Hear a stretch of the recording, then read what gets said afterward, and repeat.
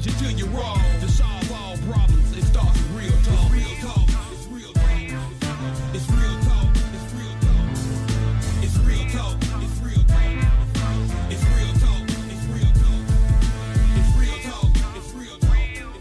It's real talk. It's real talk. It's real talk. It's real talk. It's real talk. It's real talk. Yeah. Welcome to Real Talk with your host, Chip Washington. It's real talk. It's real talk. It's real talk.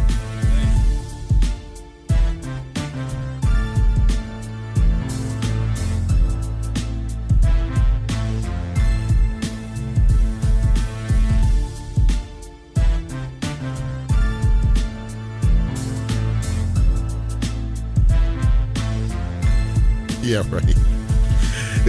And here we go. You heard me say, yeah, right. That's Lola cracking jokes with me right before I come on the air. But we are here at 6 o'clock straight up, which means it is time, and it's Monday, right? Yeah, so it's time for Real Talk Memphis. Very glad to be here, back in the air chair after a week. Hope you are doing well wherever you are, whoever you are. Yeah, this just in, it's dark. It's 6 o'clock, it's dark. But it's been dark since what? About 5:15, 5:30, somewhere in that area. So the daylight savings time thing kicked in. And if you hadn't changed your clocks by now, well, there's really no hope because you've missed out on a whole lot of things today.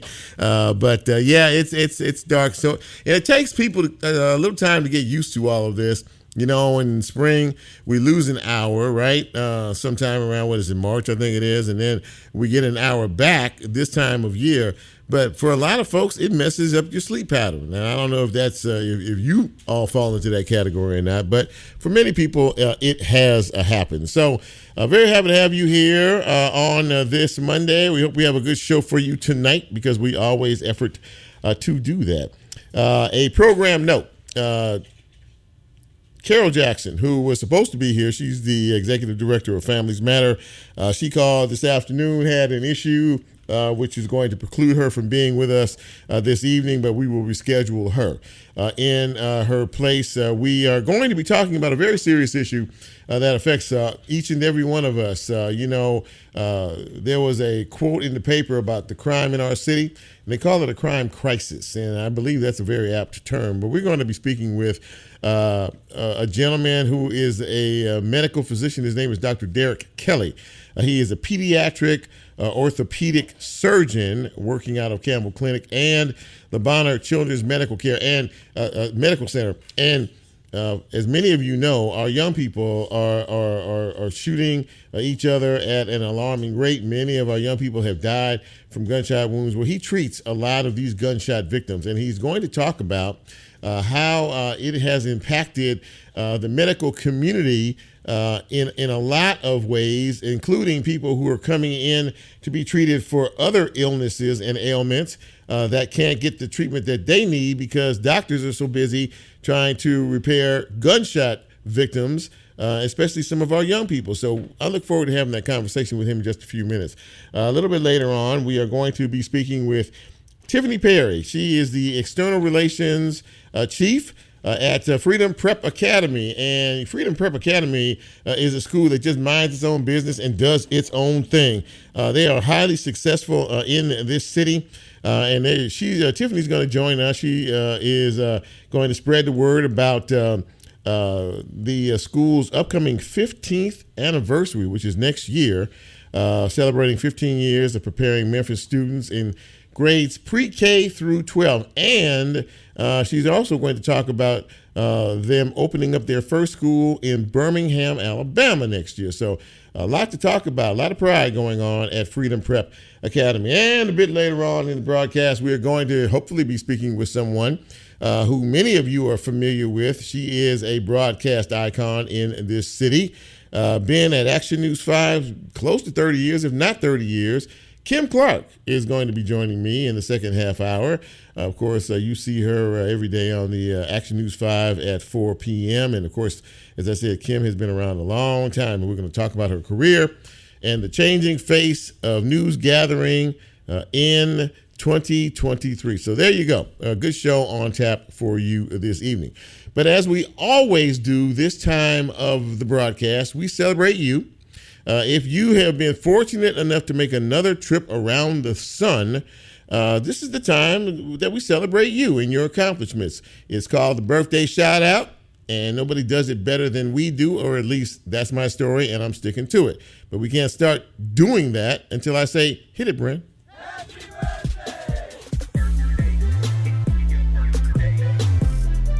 Happy birthday, happy birthday, happy birthday. Going out to the following: Deborah Bridges Cable celebrating today. Happy birthday, Marlon Montgomery. Happy birthday to Rogers Kimbrough, Deborah Weeks, and Tanya Staples Rogers. A short list this week, but nonetheless, you celebrated your birthday over the weekend, or today, or sometime this week. Congratulations to you. Wishing you nothing but the best from all of us here at Real Talk Memphis, and we hope to be around next year to celebrate your next trip around the sun. Thank you, Brian. Appreciate it. So, in news and notes, and generally we have breaking news that sort of changes things, and we did have some late this afternoon. County Clerk Wanda Halbert, we found out that the Poplar Plaza location of her office is closing, and they are closing Thursday, like 3 days from now, Thursday. Apparently, according to the CAO, Harold Collins, the rent has not been paid on the facility for the last several months, and that means that the folks who own the property are saying, time's up, you got to move, you got to close it so we can get somebody in here. So that's a big blow to many people, because that is a very centralized location at Poplar Plaza, and a lot of people use that to handle their business as well. But after Thursday, that will not be the case anymore. So I'm sure that there will be more details in reference to that. But that was a big surprise this afternoon. Absolutely that. And again, it will close. You have to, if you have business out there, you have another couple of days to do it there. And then, of course, that facility will be closed. We will keep an eye on that and keep you apprised of what is happening. So the 4 officers of the 5 who have been accused of the death of Tyree Nichols were in court this morning, and a court date for their trial has finally been assigned.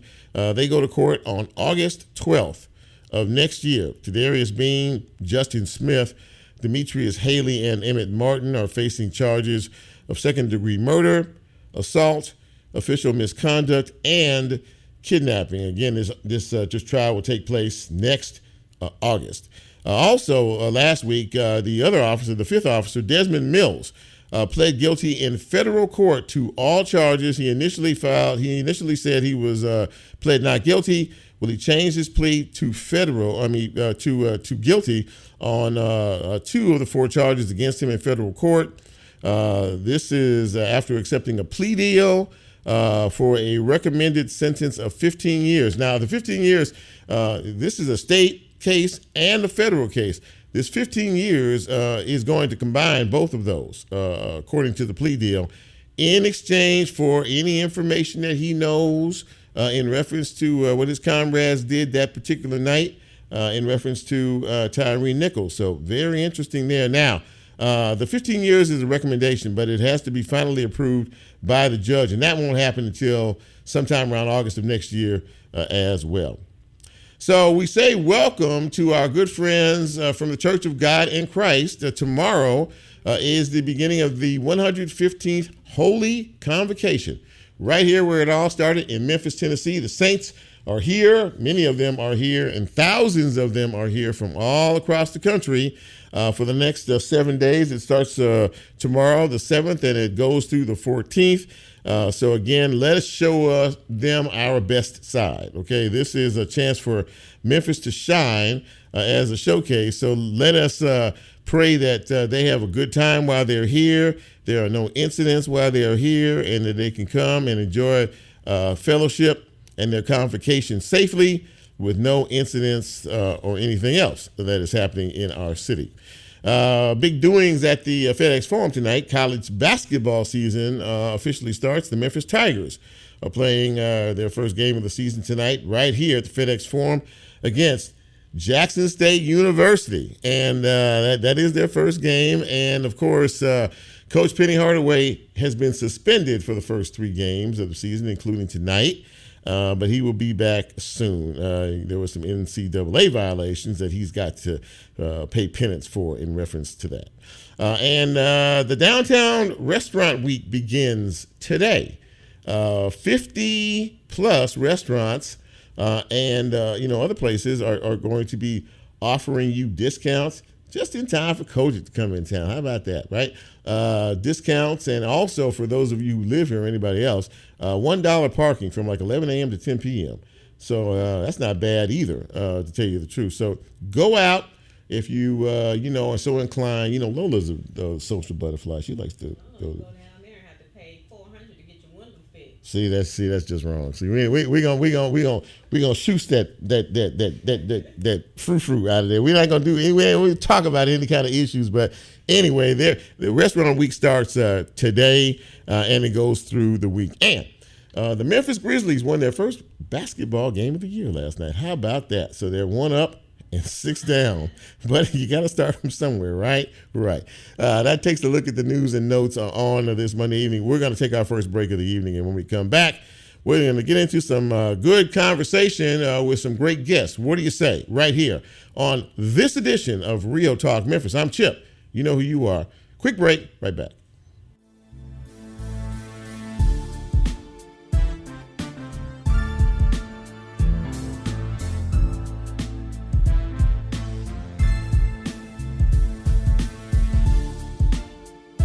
If you like Real Talk, here's a way you can get involved. Do you have a show topic idea or suggestion? Want to be considered a guest or have a guest idea? Then send Chip a message on his Real Talk show page and you can be a part of the Real Talk experience. So as he always says, go out and tell somebody. We'll be right back. It's real talk. It's real talk. It's real talk. It's real talk. Do you want to help bring Raised by Soundfest to life? Join us on December 2nd to make music, memories, and a difference. Sign up to volunteer for Raised by Soundfest today and help us make it happen. More info at volunteer.wyxr.org. WYXR's biggest annual event is back. Raised by Soundfest is Saturday, December 2nd at Crosstown Concourse, sponsored by Mempho Presents. Free live music all day long featuring Bass Drum of Death, AJ Haynes, Rod Smoth, Rosie, Madam Frankie, and the U of M Blue Tom Review. Capped off with 2 fundraising events. Cat Power sings Dylan, the 1966 Royal Albert Hall concert at Crosstown Theater, and the DJ After Party with Alex Brown at Crosstown Arts Green Room. Get details about the fest and tickets to fundraising events at raisedbysoundfest.com.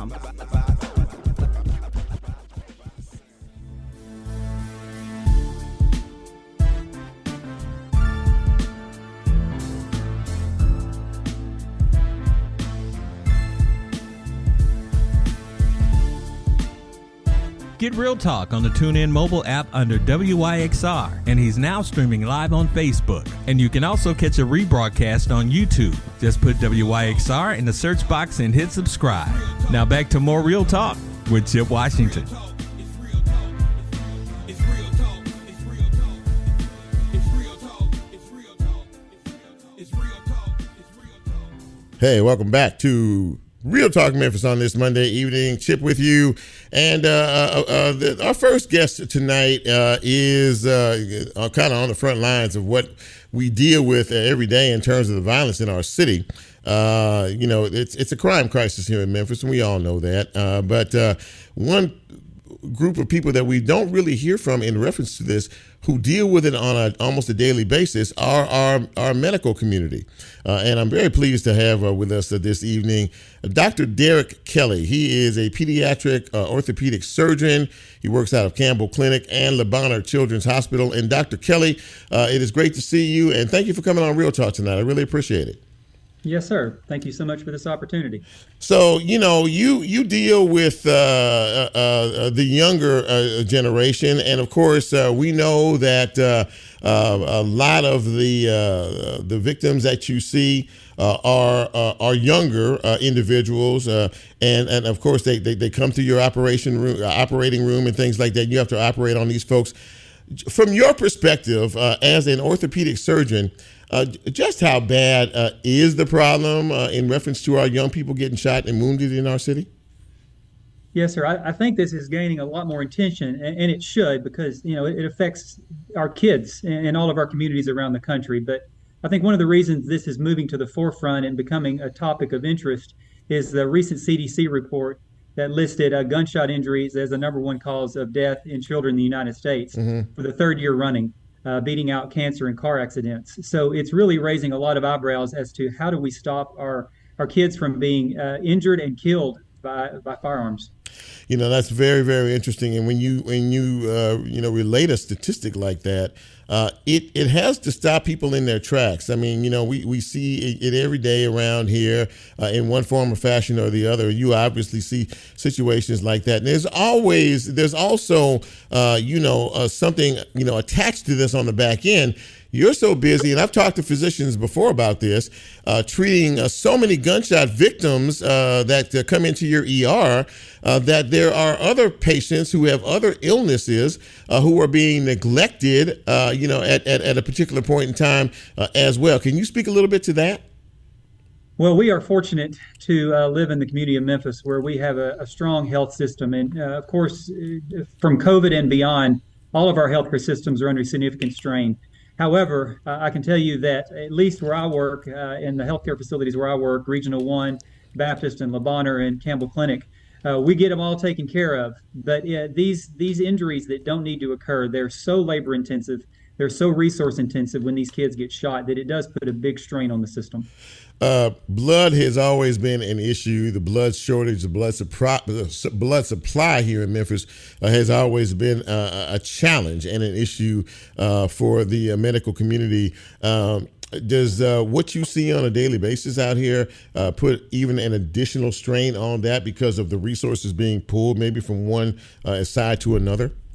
Yeah, absolutely. I mean, that is a huge concern in our city. From the two level one trauma centers at Regional 1 and Le Bonheur, as well as St. Jude. We have a huge demand for blood products. People are always asking me because they know that this is a topic of interest of mine. What can they do to help? And there's so many things that each individual can do. Mm-hmm. But if you can donate blood, if you're allowed to donate blood, please do so as frequently as you can.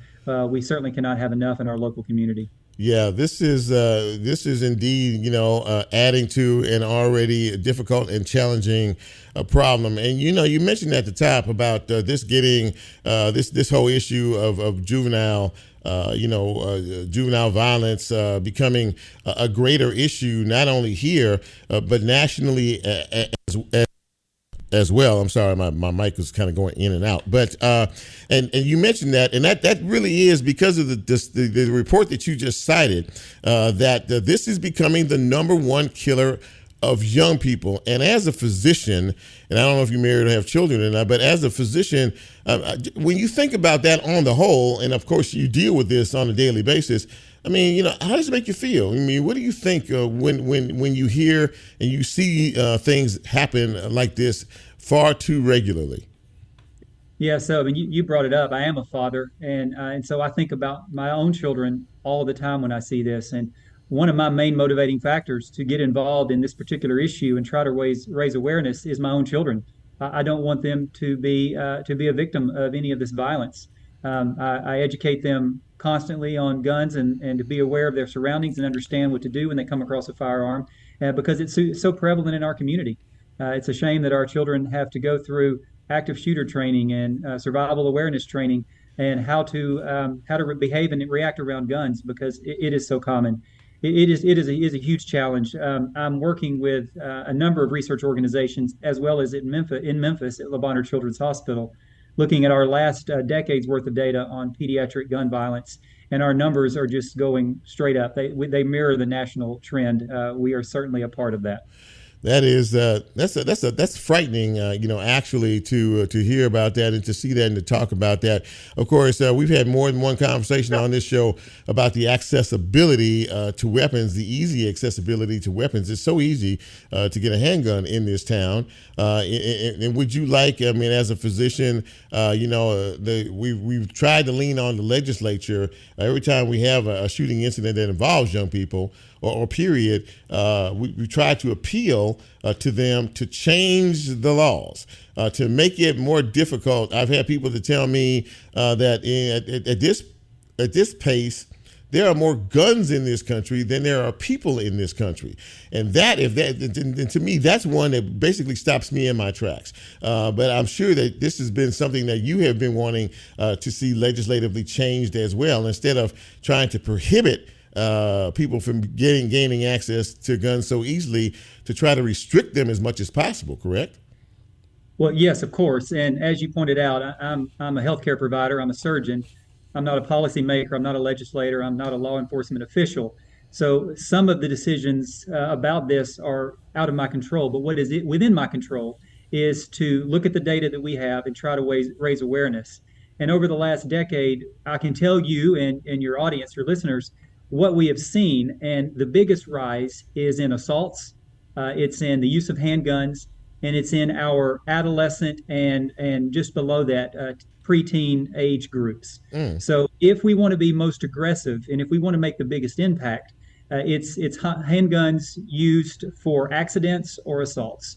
Now, there are still shotgun injuries, there are still hunting rifles, there are suicides, but the biggest impact we can have is on getting these handguns out of these positions where they can be used in assaults and accidents. And probably the best thing that any of us can do who own a gun is to keep it unloaded and safely stored. If there's a loaded gun that a child has access to, it is much more likely to be used in an accident or an assault.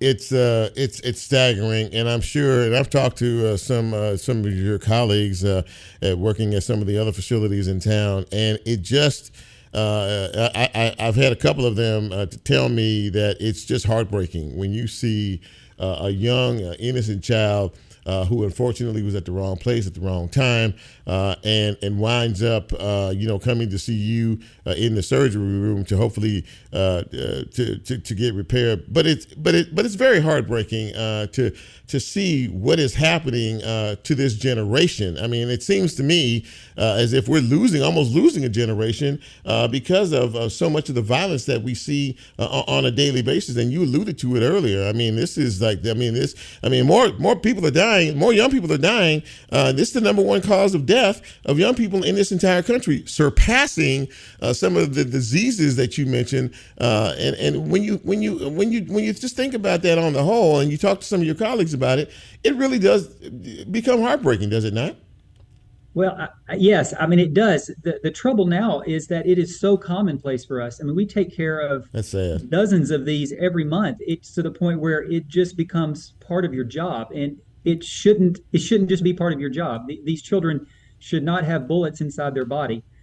We looked at all of our data, including coroner data, for the last decade, and of all the children that get shot, 5% don't survive the incident. So you think 5%, that's a pretty small number, but we have well over 1,100 patients in the last decade, or 1,100 children who've been shot in the last decade.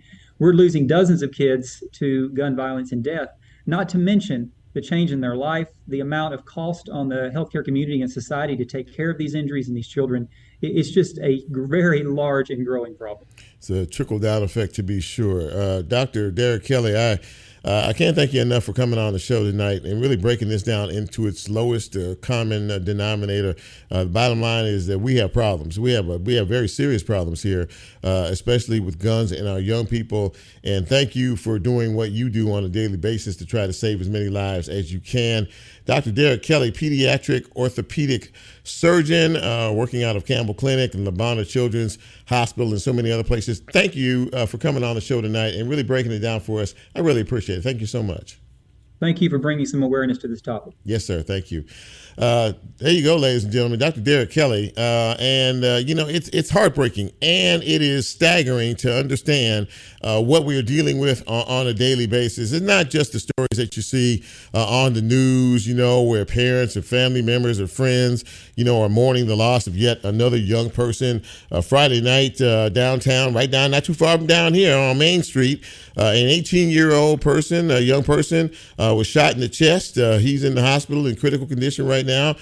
Day before that, a 17-year-old was shot Friday afternoon at the Sonic restaurant here in town as well. He's dead. We're losing an entire generation. We truly are. And unless something dramatically changes, or unless people realize that, we need to stop talking about this and start doing something about this, we will continually have this problem. And we thank God for surgeons like Dr. Derek Kelly who are ringing the bell and bringing notice to what we are dealing with. And this is an epidemic, ladies and gentlemen. And if we don't continue to try to control it, we're not going to have another generation, a younger generation, to take over. We're going to take another break. And when we come back, we are going to continue our conversation on this Monday edition of Real Talk Memphis. I'm Chip. Very glad to have you with us on this evening. We'll take one quick break and we'll be right back.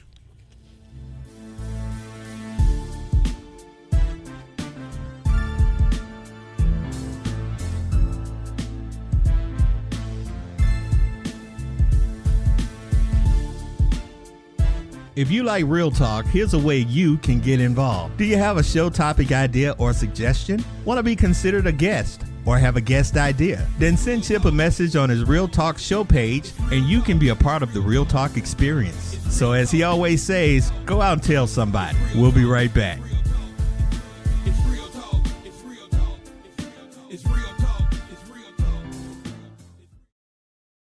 Huey's is proud to support WYXR. Established in 1970 with 10 locations, Huey's menu includes burgers, sandwiches, and more. More information at hueyburger.com. On November 17th, Minglewood Hall will host indie folk band The Head and the Heart. The night will begin with an opening set by indie pop artist Yoke Lore. More information regarding tickets can be found at minglewoodhall.com. Support for WYXR comes from Culver Accounting, full-service audit, tax, accounting, and consulting firm serving the Mid-South. More information at culvercpa.com.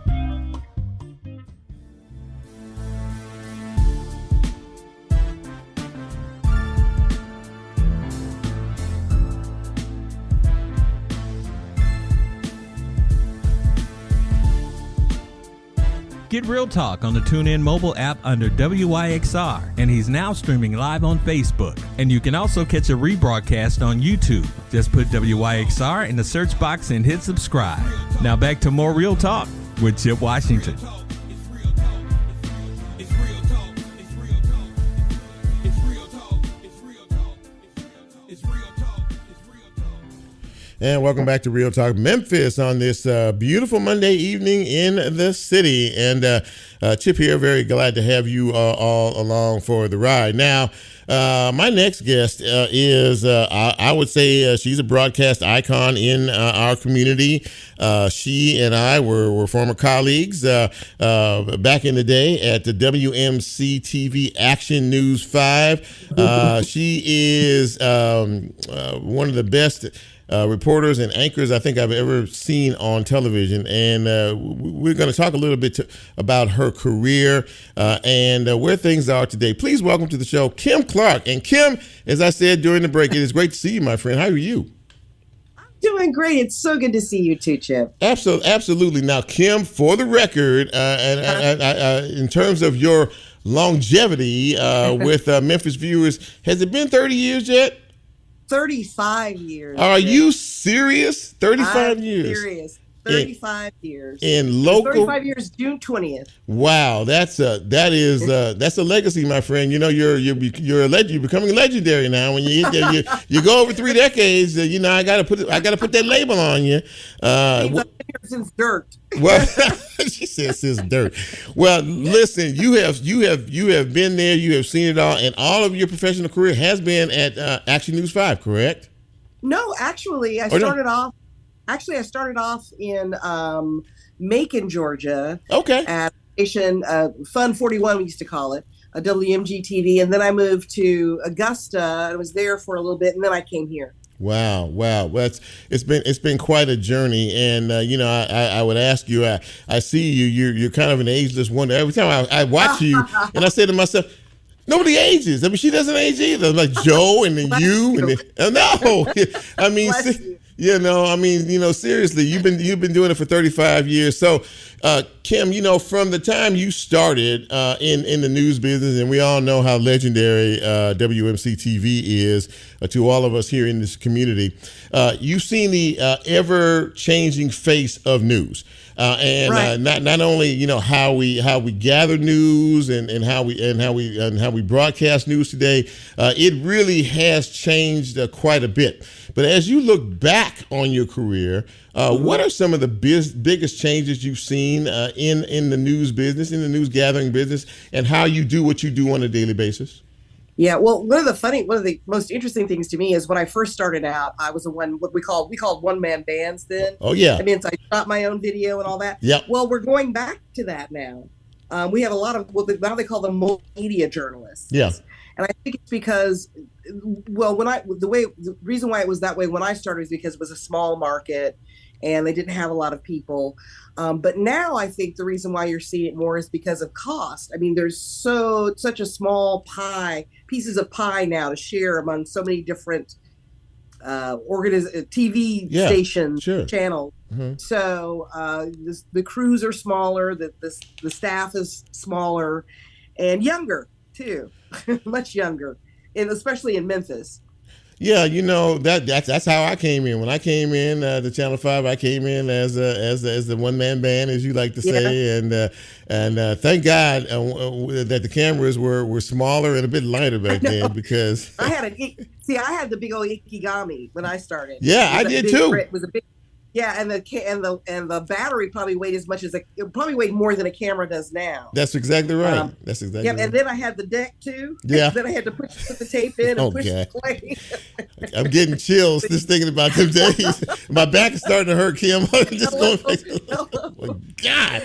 But you're right. I think that one of the biggest things that you see today is that has affected news is economics, and because I mean they're bringing in a lot of younger folks getting their first. Now, you know, when you first started out, it was in a small market and things like this, and now you know you have a lot of people coming to Memphis, to get to learn what they need to learn, right. And then they move on. Is it still as big a transient business? That's the phrase I like to use. I mean, they come for a pit stop and they get some stuff on tape and they move on. Is that still prevalent? Well, yeah. You know, what's funny is when I first came to Channel 5, people would stay at Channel 5 for life.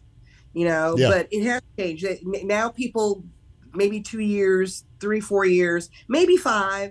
But a lot of people are moving on to bigger and better things because it's easier. I think because of the way the business is now, it's easier for people to move. Like when I first came here, you had to have 5 years experience. Yes. Or have been at 2 other stations at least, you know. Wow. Now, that's not the case. So people are, and that's why we're hiring younger people too, because people who have experience are going to the big markets now. They don't have to work in smaller markets. Sure. I just chose to stay here in Memphis because I liked it and I like the city, but you know. Well, listen, folks surely love you. Now, speaking of the younger folks, and I remember I had Joe on the show and I asked him, you know, about this. You know, look, no one can tell you, or Joe or any of the veterans who've been around there for such a long time, how this business is supposed to work. So when young folks come in, you all play the role of mentors because you've been there, you've done that, and you've experienced everything. So what types of things when the young folks come to you and say, Kim, when they're writing a story or trying to produce a story, trying to put something together or this or that, what kind of things do they ask you? And more importantly, what kind of things do you tell them about the ever-changing face of news today?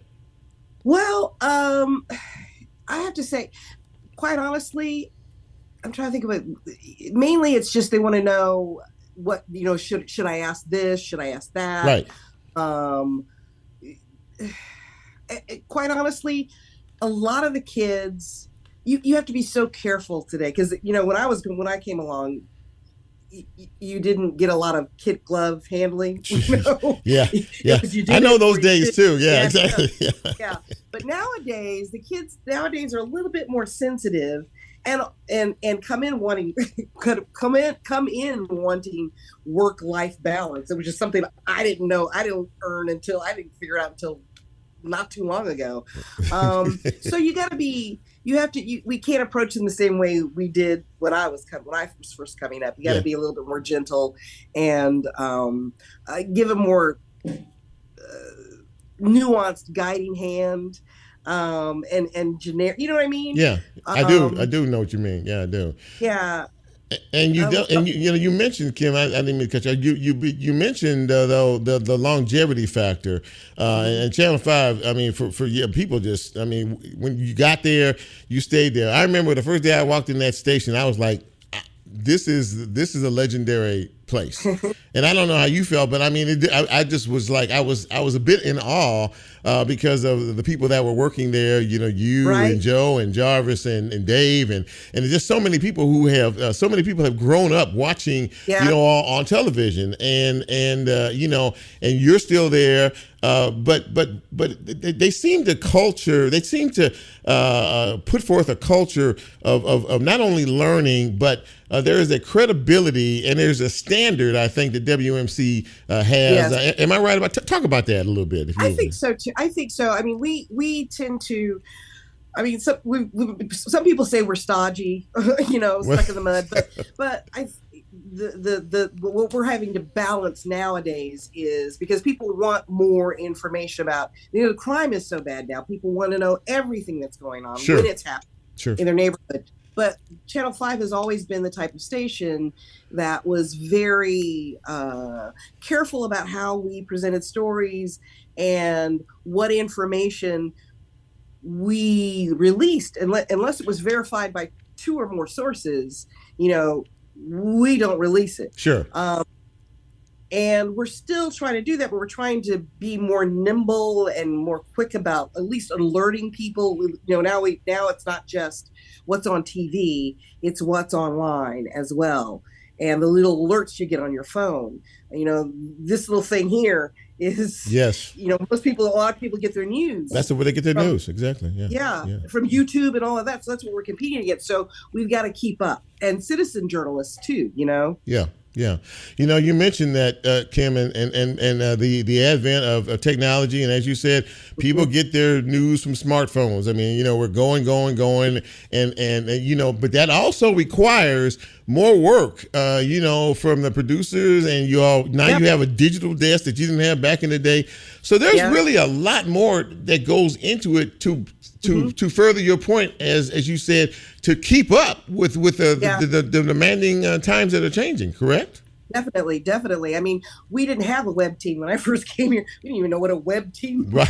There was no such thing. Yeah, exactly. But now we have we have a pretty sizable web team. We may even have a larger web team than. No, I wouldn't say we have more web people than reporters, but we have a big web team, right? Because it's important, right? That's we have news now on YouTube. We have things on Instagram. Yeah, we have things on, like you said, the digital desk. Yeah, we have different Action News 5 Plus. We have stations on road. I mean, it's just there's a lot more ground we have to cover now, and make sure that we're putting our information out on so many different platforms now as opposed to just TV. That's probably one of the biggest changes that I see. And I think that's going to continue. Yeah, probably so. I'm going to ask you a question that only a few of us, because I consider myself old these days as well. But I mean, I'm just talking about me. But do you remember a time when television actually had an off switch? Yeah, remember? Well, you'd be up at midnight, and the Star Spangled Banner would start playing. Exactly and then, right. Off with the TV. That's exactly right. Yeah. I mean, but now it's 24 hours. It's 24 hours, 7 days a week. It never stops. Yep. Yep. Well, yep. I commend you for being able to keep up with the times, because they are changing, especially for veteran news. Now, Kim, I do know this about you. I very rarely, if ever, see you do interviews like this. I mean, we see you on TV every day doing your thing, doing the news, but you don't do many interviews like this, do you? Well, it's kind of. Or have you cut down? I've done a few now and then, but it's kind of disconcerting for me because I'm used to asking the questions. Yes, and having it flipped on you, it's kind of uncomfortable, Chip. Yeah, well, I hope I'm making it comfortable. I try and do interviews when every now and then. Yeah, well, I hope I make it comfortable for you. We go back a long way. I appreciate that. Well, Kim Clark, it's always great to see you, my friend. I was really excited when you said, "Yeah, come on, just make sure I know we know when I need to be there," and we try to make that happen for you. Kim Clark, anchor, Action News 5, WMC TV. Thank you so much for coming on the show, and continue to do what you do and what you seem like you love to do for as long as you want to do it. Thank you, Chip. Thank you for having me on your show too. Absolutely, that. You take care of yourself. We'll talk to you down the road. You too. Ladies and gentlemen, yes, sir. Thank you, Kim. Kim Clark, boy, I tell you, she has 35 years. 35 years. When they, when they call WMC TV5 legendary, that is an example of what is legendary about WMC TV Action News 5. And we thank Kim for being on the show. One final break. And when we come back, we're going to shift gears and talk a little bit about education and one of the best kept secrets here in Memphis. This is Real Talk Memphis. I am Chip. You know who you are. We'll be right back.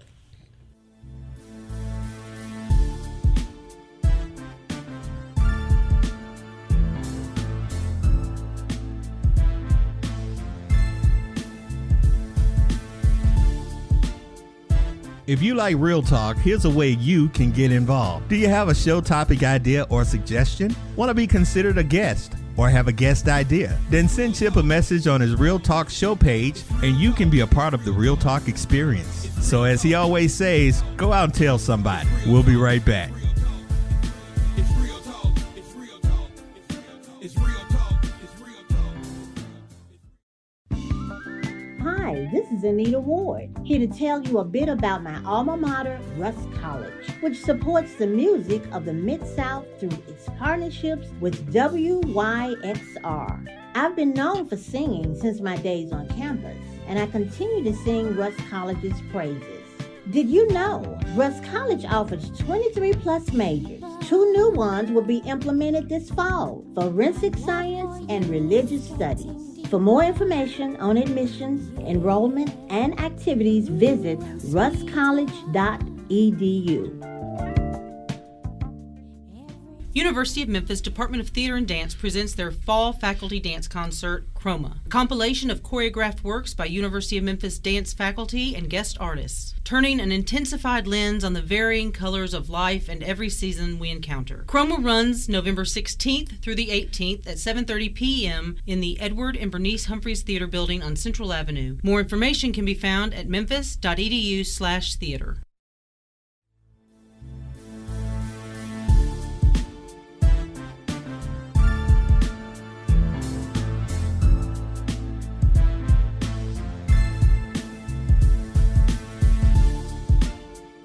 Get Real Talk on the TuneIn mobile app under WYXR, and he's now streaming live on Facebook. And you can also catch a rebroadcast on YouTube. Just put WYXR in the search box and hit subscribe.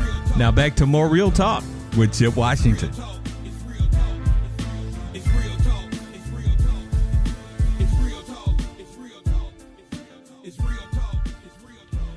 And welcome back to Real Talk Memphis on this Monday evening. Chip Washington here with you. And, we talked earlier and we talked during, just before this segment that there are some wonderful schools here in Memphis and Shelby County. There are absolutely no doubt about that.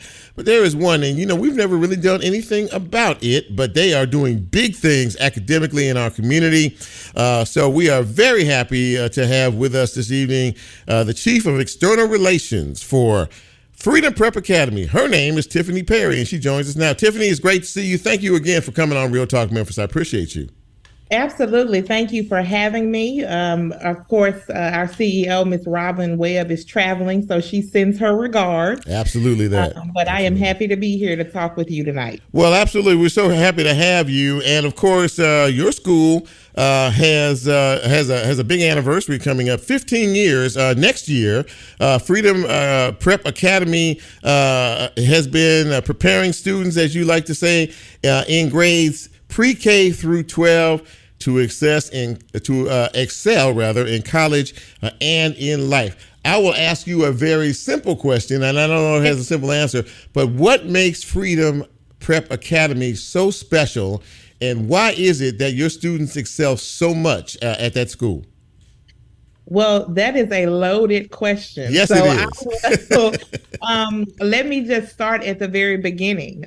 Freedom Prep, of course, was founded in 2009 by our CEO, Ms. Robin Webb. And I think it really was started. I know. It really was started because Ms. Webb is a former education attorney who quickly realized that the modern day civil rights movement really lies with us being able to provide a quality education for children, specifically children of color. And so she set out on this mission to create this school where she and other innovative educators had the autonomy to really make decisions academically for children that best really suited their needs and how they like to learn.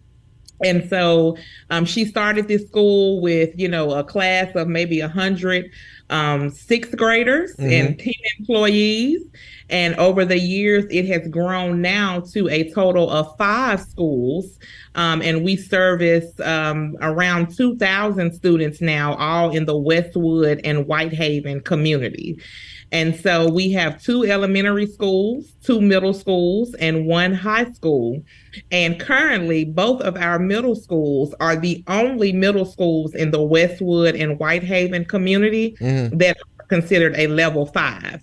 And so level 5 is the highest distinction that you can receive as far as Tennessee value added assessment scores, meaning that we are showing significant academic growth in our students based on the teaching methods and the innovation being used in our schools to educate our babies.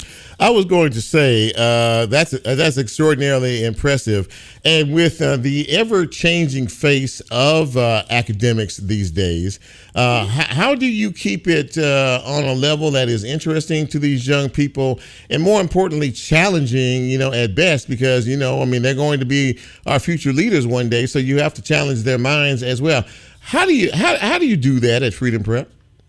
I think that's a great question. So with us having 5 schools, one of the beautiful things that I see that our school leaders and our heads of schools are great at is really building synergy across grade bands, right? And so when kids come to us early on and they stay with Freedom Prep, we have the opportunity to really monitor those students to understand what their needs are, so that as they matriculate through the Freedom Prep network from lower school to middle school to high school, we're able to really understand those students, understand their needs, and be able to cater directly to providing the services, the rigor, the curriculum, the supports that they need to excel.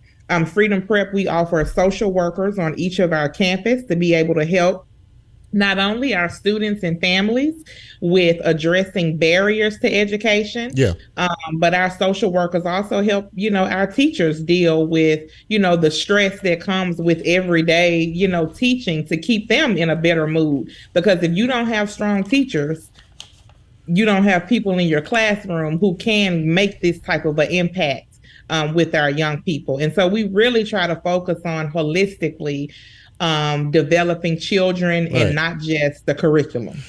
How unusual is that? I don't know that I have heard. Well, I guess that I have heard in the past that there are social workers at some of these schools, but is that something that is becoming more common, do you think, or is it still relatively uncommon, depending on where you are? It's still relatively uncommon. I know in some districts, even some of the districts around here, social workers are shared amongst schools. Right.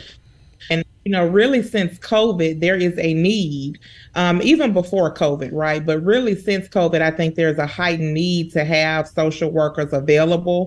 But in some cases, schools that are sharing social workers where they may have 10, 11, 12 schools assigned to them. So it may be a little bit of a wait or a delay before students can, receive services. But that's not the case at Freedom Prep. You mentioned something that affected all of us, and I'm sure you will, you all as well. COVID. COVID changed the face of everything that we knew was normal before 2020. How have coming back to a more normalized system and structure? How has that adjustment been for kids who were probably out of school, doing things differently academically versus coming back to a more normalized environment? Yeah. And, Chip, we don't talk about it enough, I don't think, but we saw huge declines in student academic growth, that first year coming back from COVID. Sure. I myself, am a mother as well. And even I noticed just some of the kids were, after you've been home for almost a whole year, you're disengaged, there's social issues that come with you now being back in the classroom. Sure. And so we saw some of those things early on, but I really do believe this year we're starting to really stabilize and get back to normal. I really think that started to happen last year, which is clear as a result of our new TVOS scores and that we're a level 5. But I think this year we're really starting to see things stabilize a lot more from the impact of COVID. We saw enrollment declines. Memphis is already a very transient community. Sure. Students move around a lot.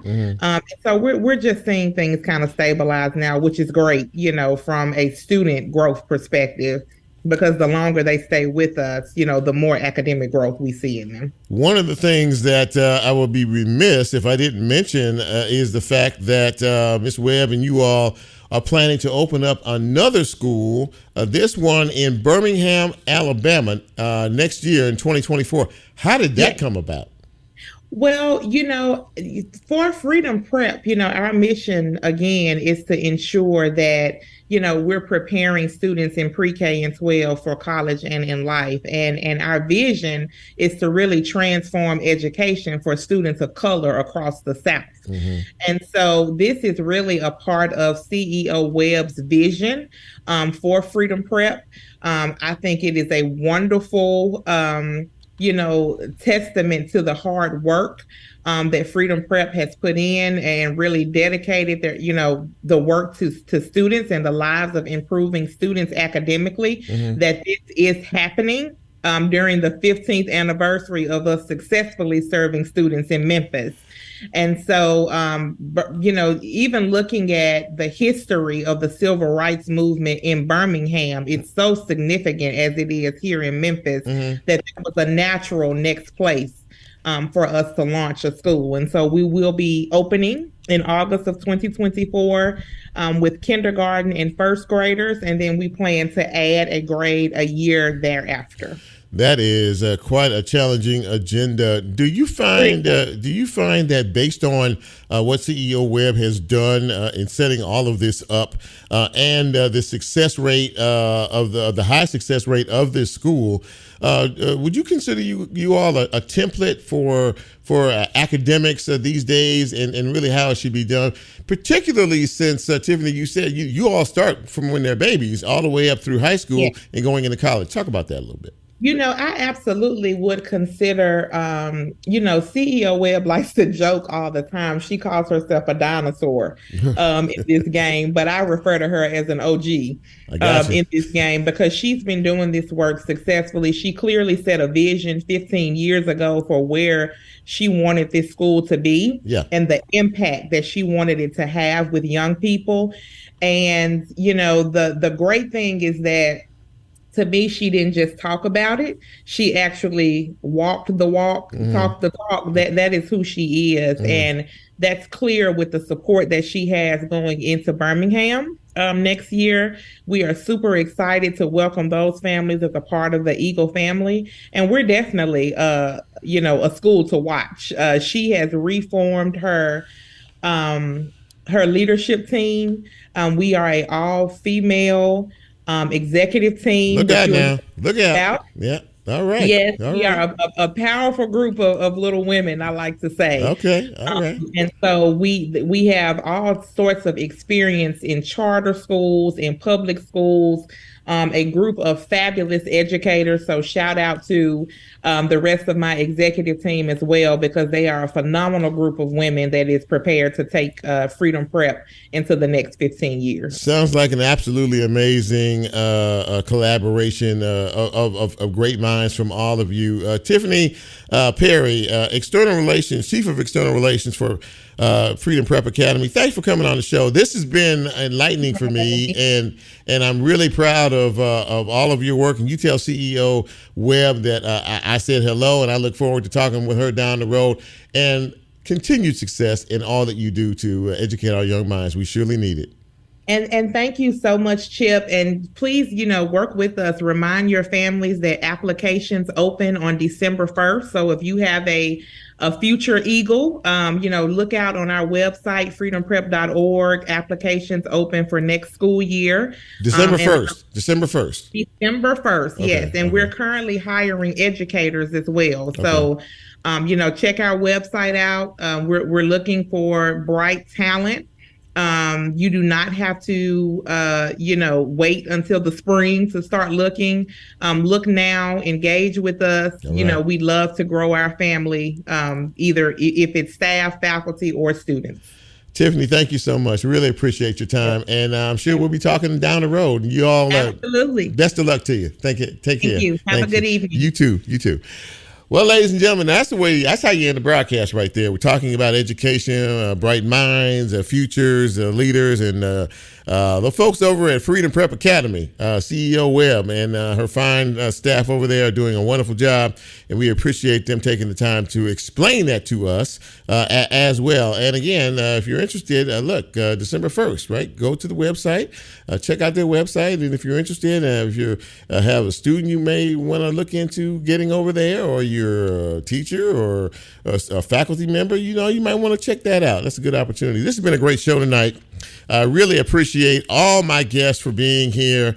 Again, before I get out of here, I just want to say we have thousands of visitors in our city. Thousands, literally thousands of people have come here for the 115th Holy Kojic Convocation, which formally begins tomorrow.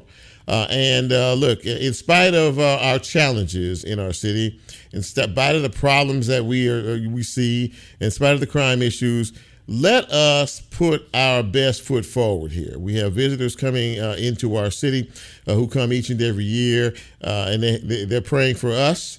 We're praying for them, and we all need to pray for each other in situations like this. So put our best foot forward, and let's put the foolishness on pause. We see more than enough of that out here, not only in our city but all over the country. So let's just put that on pause for right now. And who knows? Maybe if we put it on pause long enough, it may become a new tradition in our city. So as Bryn plays us out, thank you for checking us out.